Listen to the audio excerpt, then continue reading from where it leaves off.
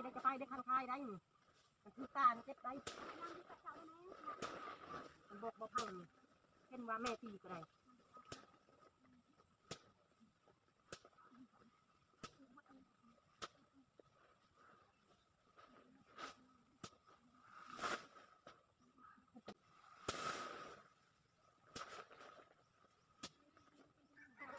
กูบอกให้ไปอยู่ใกล้นี่นั่งนี่ไว้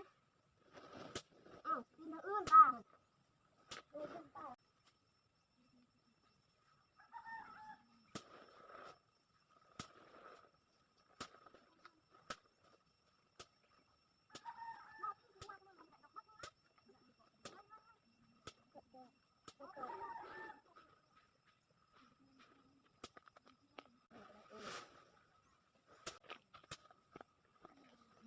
บอกผักนั่งนี่อ้าวร้อยกระเบื้องตีไป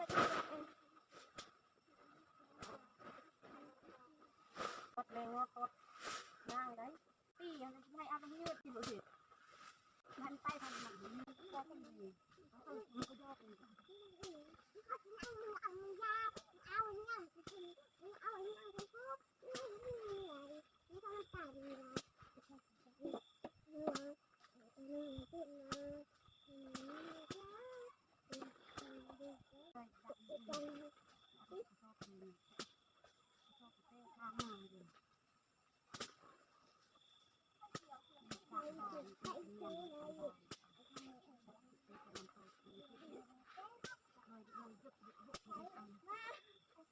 ต้องลานนี่ออกได้เล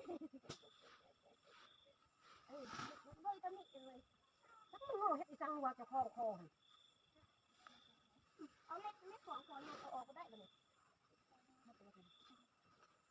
เบิ้งนี่มาที่บ้านตีนแต่ละบ้างลูกแล้วท้อง